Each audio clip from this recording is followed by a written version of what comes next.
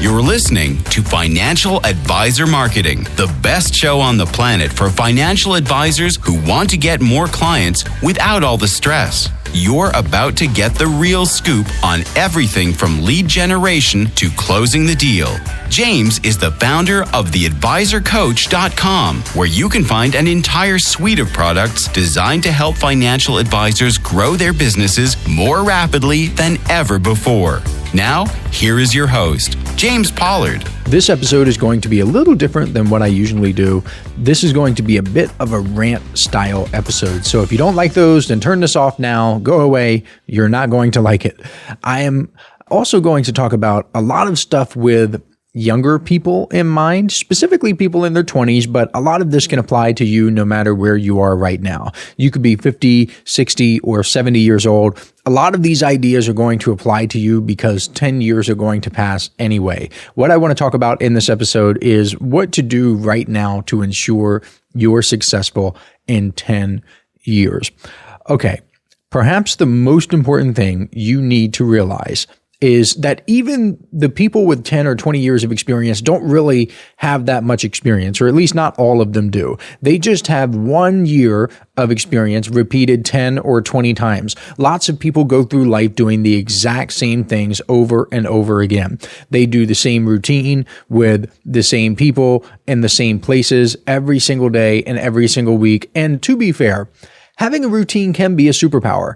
I love routines. I have routines in my life, but that's not exactly what I'm talking about. I'm not talking about a morning routine or a productivity routine or a work routine.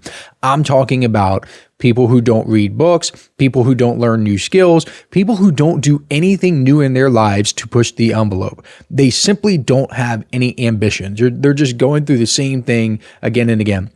You cannot be a top 1% human being by doing stuff that 99% of people do. It cannot happen. You must do different things. I'll share something with you. One of my goals for this summer was to spend more time at the pool and the beach than I have at home. And so far, I've accomplished that goal. I have been able to spend every single day with my family still. As always, I've talked about on this podcast that I've spent every single day with my family for the past several years. I have never missed a day. I am in better shape than I've been in years. I'm making more money than I've ever made. Those are effects. They are not causes, okay? They're not causes. They are effects. Sometimes I feel like, I don't know how to say this, but I feel like I straddle the line between arrogance and inspiration. I don't share these things with you to be arrogant or anything, but sometimes I just get tired of people acting like their way is better when their lives are objectively horrible. I'm sorry. What you say does not have merit because you don't have the results I want. And guess what? I run the Financial Advisor Marketing Podcast. I talk about marketing. My marketing assets enable me to have all of the things I talked about earlier, spending time with family and health is better and more money and all that cool stuff. I practice what I preach. I'll give you another example of practicing what I preach. In the past few days, I've spent $11,490 on direct mail. The average financial advisor spends something like $16,000 per year on marketing. The median is something like $6,200. At $6,200, I have spent nearly twice the median financial advisor's advertising budget in a couple of days on a single marketing strategy. So I don't know, maybe I'm someone worth listening to. Maybe, just maybe you can learn from me if I'm personally spending my own money on a strategy I tell you to do, and I'm spending double your entire yearly budget in a few days. I know, again, that might sound arrogant. I don't want it to come across as arrogant. I just want to establish some credibility. I share these things so you say, okay, James, I'm going to take you seriously. I'm going to listen to what you tell me. Again, these are effects, not causes. I am able to invest that much money in direct mail marketing and in a single campaign because I know it's going to work. I don't have to guess. All I have to do is find the people to mail, and that's it. When I say it's an effect, it's because I know it's going to work. If you want better effects, then you need better causes. I've discovered that people go through these cycles of about every 10 years where they morph into different people. There's a saying called the 7-year itch. It applies to couples when they get married. 7 years later, they divorce and that sort of thing. Who you are at 20 is completely different than who you were at 10. Who you are at 60 years old is different than who you were at 50. I have seen this with grandparents and parents and aunts and uncles. I've seen them go through stages of life. I've seen it with nieces and nephews and cousins and everyone in my family. And it's just absolutely remarkable. About every 10 years, this happens. Let me talk to young people specifically. A lot of you are told that your 20s should be the best years of your life. I am telling you right now, they absolutely, unequivocally should not be the best years of your life. That is a dumb philosophy. You don't feel the pressure of time in your 20s. And even if you feel a little bit, you don't feel it as much as you should. You absolutely should feel the clock ticking, because the same amount of time is passing from age 20 to age 30 as from age 50 to age 60. It's a huge jump, and you need to start building as soon as possible. You need to start producing better causes so you can have better effects when you're my age and older. A lot of inner circle members and financial advisors I help are a lot older than I am, and they can tell you the same thing. When you turn 30, you really start to see who was building versus who was not building in their 20s. You start to see who took their 20s seriously versus those who goofed off and quote unquote had fun and quote unquote lived life. You will also encounter a lot of people who talk about how they wouldn't trade those times for anything and how they have no regrets. That is cope. They are coping with their bad decisions. Again, you cannot become a top 1% human being by listening to whatever the other 99% of people do. According to nerdwallet.com, let me hit you with some studies and statistics and research. The median net worth of people aged 35 to 44, I would have gotten age 30 to 40, but I found 35 to 44. The median net worth is $135,300. I am sorry, but if that is your net worth and you are in your 40s, then you have made some terrible life decisions. If that stings, if that's you right now, good. Let it wake you up. Comfort, it sedates you. It's not a reward. It's not good. And if you're someone in that age bracket who has a much higher net worth, be careful too, because every time you think to yourself, oh, I'm doing good, I'm doing very well, I'm doing fine for my age, you're swallowing a little pill that knocks your ambition out cold, because the market doesn't pay extraordinarily well for just fine or I'm doing okay. It pays for results. That's one thing I wish someone had hammered into my head when I was a teenager. I didn't truly figure this out until I was in my mid-20s. Again, the 10-year thing, right? I wish someone at age 15 had said, James, look, this is how it's going to be. And that way by age 25, I would have been so much further ahead. I wish someone said, James, the marketplace pays for results. You need to become the guy who can deliver results. Nobody cares if you work hard or if you show up on time or any of that stuff if you can't get results. Results are the only things that matter. This is also what I try to tell financial advisors to help them avoid getting scammed by the 500,000 coaches, consultants, and gurus out there who all claim to be able to help them with their marketing. Can those people post results? Can they share receipts with you? Can they point to where they're running their own marketing? Because I can, even with the direct mail thing, I can pull out my receipts and say, here you go. This is what I spent. This is what I sent. It's exactly the same thing I'm recommending for you to do. I'm not one of those people who tells you to do one thing and then I do another. The harsh truth is this. If you don't have your life together in your 30s, 40s, and 50s, it is simply because you screwed around in your earlier decades. This should not be a controversial topic. It is simply a manifestation of your decisions. They are effects. I can't say that enough. They are effects, not causes. We don't confuse this with other stuff. We don't see someone who's morbidly obese and start rationalizing all of these weird reasons why the person is obese. No, obesity is merely a manifestation of that person's decision to consume more calories than he or she burned. That is it. I've got a little bit of fat all over my body. It is because I chose to eat more calories than I burned. I made those decisions. The fat on my body right now, my little rolls, these rolls are manifestations of bad decisions that I've made in the past. If someone's obese, it doesn't mean that person is bad or stupid or immoral or anything like that. It is merely a reflection of that person's decisions. And if you are the 35 to 44-year-old with a net worth of $135,300, That means you are the median, and I am not going to listen to what someone in the median has to say if my goal is to be in the top 1%. I would not model an obese person's behavior if my goal is to have a six-pack. So I don't understand why it's so hard for people to understand this concept. I guess it scares them, and if so, then this is really going to scare them. You probably need to set bigger goals. I wish someone told me that too. I wish someone told me when I was starting out that building a seven-figure business is not that much harder than building a six-figure business. I really regret not setting bigger goals. I wish I thought bigger. I wish I stretched myself more. What ended up happening was this.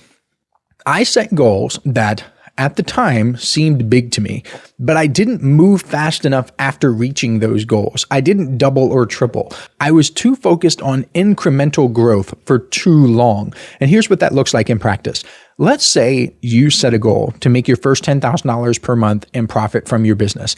When you hit that goal, you should not set a new goal that's only a few $1,000s more per month higher. That's what I did. I did that. I should not have done that. What I should have done was set my sights at double or triple. So if you're in that situation, then you should set your sights at $20,000 or $30,000 or heck, I mean, you could go higher, right? But you get the idea. The reason why is because you already have a proof of concept. The structure of the goal itself has changed. The things that make up the outcome have changed. When you're getting started, you just need proof that the market will pay for your skills and services. Once you have that, you completely eliminate the question of if people will pay for what you're offering. And that means you can move on to solving a completely different problem, which is how to scale it. And since scale should not be incremental, then by definition, you should not set incremental goals. Listen up, financial advisors. This is something special I'm doing exclusively for people who listen to this podcast. If you subscribe to the Inner Circle newsletter over at theadvisorcoach.com/coaching, I will send you a collection of 7 copyright-free emails personally written by me that you can use right away to begin getting more clients. I call these my objection-busting emails because they're designed to overcome the biggest objections financial advisors face. All you have to do is send me an email letting me know you've subscribed, and I will reply back with a link where you can download them for free. I originally offered these in the May 2024 Inner Circle newsletter issue, and it was one of the most popular bonuses I've ever given away. Today, these 7 objection-busting copyright-free emails are only available to listeners of this podcast because I'm not mentioning them anywhere else. Go to theadvisorcoach.com/coaching to subscribe today. Now, back to the show. That is a big mistake I made. It cost me a ton of time, probably years, because here's what happens when you set small incremental goals after your initial success, after you have that proof of concept, after you've solved the first big problem. You keep playing at that same level with a little bit more effort. You don't think creatively. You don't build better systems. You don't invest in leverage. You just tweak what you're already doing. You make it a little bit better and a little bit better. And that's not bad, but you want to do that in addition to the things that are going to help you scale. What I've learned since then is that your goals determine your thinking, and your thinking determines your actions, and your actions determine your outcomes.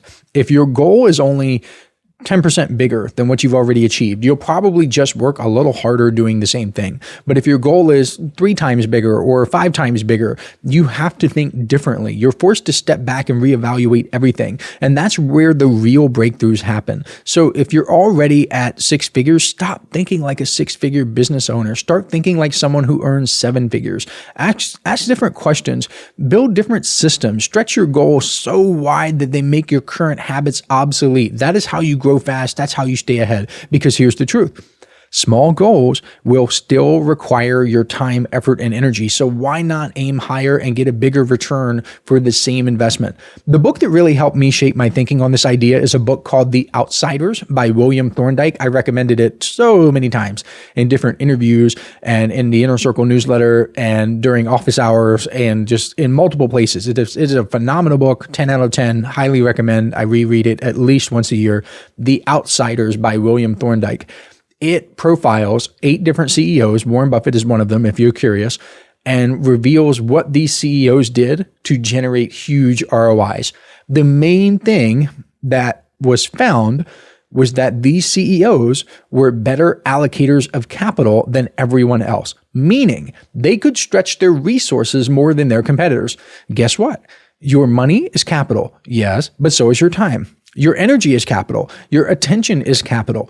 Every decision you make is either allocating that capital towards something that compounds or something that maintains the status quo, or I guess something that depreciates, something that could actually destroy your life. When you set small goals, you tend to allocate your capital toward maintenance tasks, things that keep the machine running but don't really grow it. Things like sending a few more emails, doing a little bit better, scheduling a few more meetings, tinkering with your website, all of the stuff that might feel productive, but it doesn't move the needle in the biggest way possible. Bigger goals force you to make bolder decisions with how you spend your capital, how you invest your capital, because you start asking questions like, what's the 80-20 inside of the 80-20 in my business? Who can I hire in the business? Who can I partner with? And how can that person immediately add leverage? Which activities can I do that generate scalable returns? Which activities just keep me busy? Where am I focused on just incremental returns? That's how the best business owners operate. They don't think about how to save a few bucks. They think about how to generate huge returns on every dollar and every hour they spend. And that kind of thinking only kicks in when your goals demand it. Another thing you should probably do that will set you up for success in the next 10 years. And this, again, like I said in the beginning, this can apply no matter your age, but this is really geared towards people in their 20s. Begin taking more calculated risk. Unfortunately, lots of financial advisors cannot do this because they've succumbed to lifestyle creep. They buy a bigger house than they can really generally afford, nice cars, flashy watches, and all the so-called trappings of success. But that stuff destroys your ability to grow faster, because let's compare two financial advisors who are both making $40,000 per month. Not a huge amount of money, but decent compared to normal people's standards. Let's say one guy spends it all. He has a big house, kids in private school, big SUVs, and all of the things that evaporate $40,000 per month like it's nobody's business. He becomes a slave to making that $40,000 per month and can't try new things to get him to the next level. He can't afford the temporary drop in income that comes from allocating capital to experiments because he has no capital to allocate. Okay, so let's go back to The Outsiders by William Thorndike.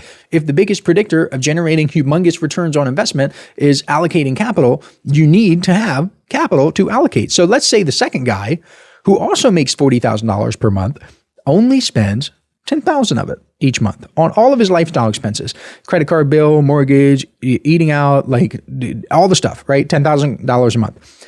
He can literally afford to do $30,000 worth of tests and experiments every single month. He can pour money into his advertising, test different marketing strategies, build new funnels, hire consultants, pay for high-level coaching, and the sky's the limit for this guy, up to $30,000 per month. And it only takes one winner to permanently elevate his income and change the trajectory of his business. That's the power of maintaining margins so you can allocate capital. You don't want to be the guy who has no capital to allocate. And again, this is not just about money. It's also about your attention and your energy and everything that you have. What's crazy, this is how you know most people are completely screwed beyond, they have no hope, okay? Most people envy the first guy in real life. They look at the cars and the house and the vacations and the private school and they think, oh, big dog, he's made it. But he's actually trapped. He's locked into his current income level and lives in constant fear of anything that might disrupt it. He can't pivot. He can't take extended time off to build something new. He can't reinvest aggressively. The second guy, the $10,000 a month guy who's spending that much, he's living beneath his means, and he can take the biggest leap forward because he can invest and invest and invest. Over time, the gap between them grows massively, not because of talent, not because of luck, but because one had the flexibility to take calculated risk while the other clung to stability. And this is why I say, if you're a young man or woman in your 20s, by the time you're in your 30s, you will see who took life seriously. You will see who invested and who didn't.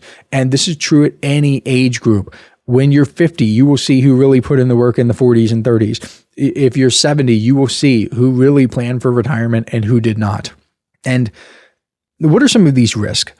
You might be thinking, okay, James, you say to take calculated risk. Well, these are calculated risk with asymmetric upside, which is where the potential gain is far greater than the potential loss. This could mean testing a new offer, launching a different marketing channel, hiring someone out of your comfort zone, targeting a different market segment. I've had people hire me and buy my products and whatnot and tell me it was uncomfortable for them to do it, but they did it anyway because they understood this concept. They realized, again, you don't need every bet to win. You just need enough of them to keep you in the game and one to hit big, because when it hits, it can change everything. This is how I try to quote unquote sell my inner circle to financial advisors. It's not about every single month. It's about the years. You don't need to have a massive home run, amazing winner every single month. In fact, it probably will not work out for you that way. Instead, you will find yourself skimming through the newsletter issue here and there, skimming through it, attending an office hours here and there. But then let's say that 6 or 7 months in, you come across something that completely changes everything for you. That is how it works. That is why I say you should not join if you're not willing to stay for years, because you'll never actually get the breakthrough. And it'll just be a waste of time for you and a waste of time for me dealing with you. It'll be a waste of money for you. And I mean, I'm glad to take your money, but I would rather have you get results in exchange. That way you can tell other people, holy moly, James Pollard changed my life. And then I get more money as a result of that. Okay. Just being transparent. But here's the key. You need to hedge while you take those calculated risks. That means, again, keeping your lifestyle cost low so you're not financially pressured to make desperate decisions. It always kills me when I see financial advisors cutting cost in their businesses when it's far better to cut cost in their personal lives. They'll cancel a CRM subscription that helps them follow up with leads. They'll stop running online ads. They'll stop sending direct mail just to keep up payments on that stupid luxury car, just to keep the little friggin' golf club membership, right? It is backwards. The business is the engine that funds everything else. Protect your business first. Your personal expenses eating into your business should never be the reason why your business can't grow. So do not cut from your business, cut from your personal life. Advisors who play the long game and quietly keep their costs low and invest aggressively into their businesses and take bets that others can't afford to make, those are the ones who are succeeding. They don't worry about what people think. They're focused on building a real asset. And as a result, they start stacking wins. And it might not happen overnight. It probably will not happen overnight. It probably takes years because one experiment doesn't work, then finally works. And then another doesn't work, and then finally works. They find a new marketing channel. They land a partnership. They launch a new offer. They have a redesign. They change the wording somewhere. That is how momentum builds, not from just scraping by month to month, but by consistently allocating capital toward growth instead of lifestyle inflation. And the cruel irony of me making content like this is that the people who need to hear this message the most are the ones who are least likely to listen to it. And I get it. When you're doing well financially, it feels like you've earned the right to spend more. You convince yourself that it's a reward for all of your hard work. But what most people don't realize is that the real reward comes later.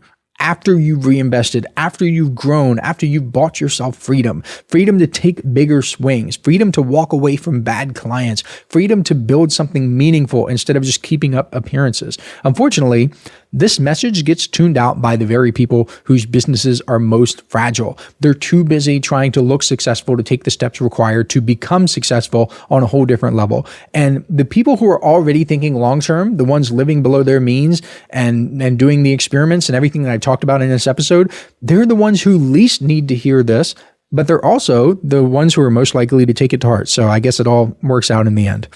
All right, that is enough for this week. I feel like plugging something. I didn't plug anything in this episode, so I'll plug Direct Mail Secrets for Financial Advisors. It is a 48-minute video revealing my exact direct mail process that I use to help financial advisors set more appointments. If you want it, go to theadvisorcoach.com/mail. That's theadvisorcoach.com/MAIL, like direct mail, like the thing you get in your mailbox and letters and things. And I will catch you next week. This is thepodcastfactory.com.